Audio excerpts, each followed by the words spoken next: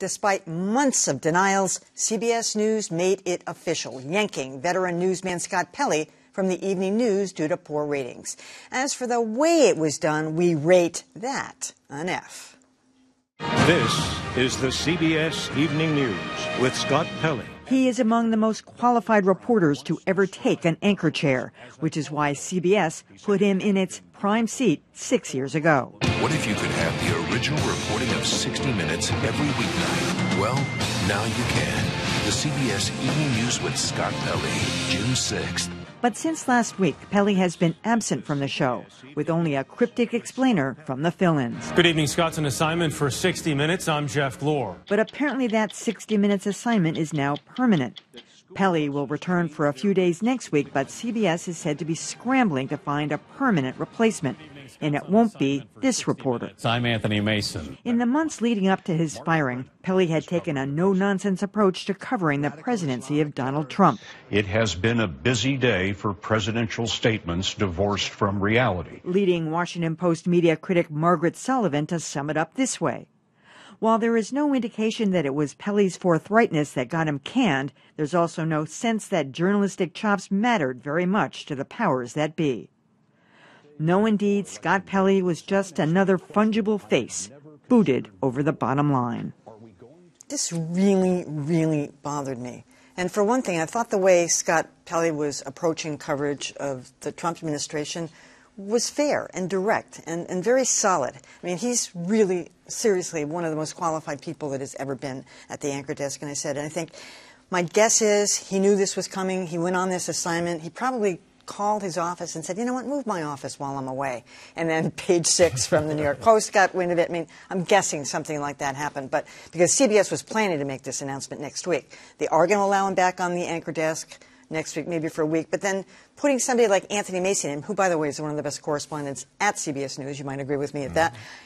But he's not an anchor man. Why in the world would they put somebody in temporarily until they actually found a replacement for him? I don't understand it. Well, that felt kind of like a panic move. Yeah. It all came out much faster than they intended it to come out, and they had to just put him in there to plug it right away.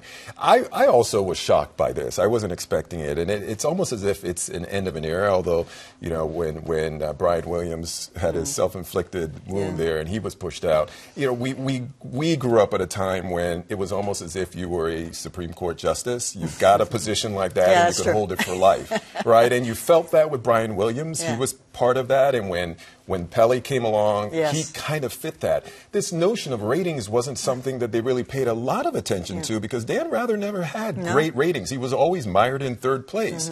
And so maybe this is a shift that you have to get those ratings, even if you are the voice of God newscast, if you will. That won't keep you around forever. Well, you know, I've read a lot about this because I was fascinated. I don't watch the nightly network newscast that often, but when I do, I watch CBS. And a lot of it is because I think Scott Pelley's very good. But there are a lot of other things going on here. Apparently, CBS wanted to give him the big send-off, and Pelley himself got the word out that I've been canned. Apparently, he had a high-powered agent a few years ago who scooped up every last dollar off the floor, and there were some hard feelings about that.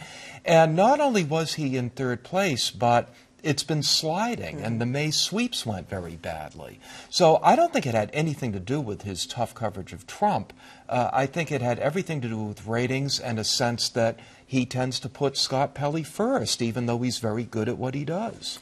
I think it's very interesting to look at this in the context of, as Dan said, the role of the nightly news. When I was growing up watching Dan Rather, you know, that was clearly the leadership of the most important role of the network. But the nightly newscast is far behind the morning shows in terms of importance to the network financially and in terms of audience. And I wonder if Pelley's performance and going backwards in ratings was hurt by comparison with CBS This Morning's comparative strength and growing audience while embracing a similar sort of harder news approach. I do think it's also interesting that they're not firing Scott Pelley, they're moving him to 60 Minutes, which on one hand seems like a very convenient way to sort of do a HR move that you wanted to make. But on the other hand, let's not forget that Megyn Kelly is arriving at NBC on Sunday evenings, and it could be you could make a case that CBS, which has a much larger audience on Sunday nights with 60 Minutes, needs to strengthen that, and this could be a part of increasing Scott was that. doing both, don't forget. I know. I do wonder whether it has to do with some of his harsh criticism of Trump. None of which I had a problem with. I'm a big proponent of transparency among anchors and journalists, and I think that I personally was more comfortable with the coverage once he was clear where he stood. But I don't think the brass at CBS liked that, because I do believe that they're still operating under the illusion that they are a neutral news outlet, which they're not. They haven't been for some time.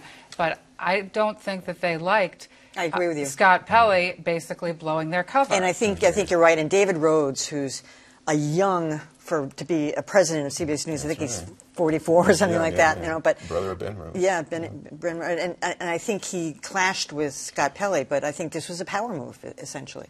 You know, for that reason. Yeah, I think Josh brings up a very good point, which is that CBS has taken kind of a hard news, serious approach in all their newscasts, and the evening news was the only show that was sliding. I mean, the morning news keeps growing. Although it had grown 1.4 million after he took the position.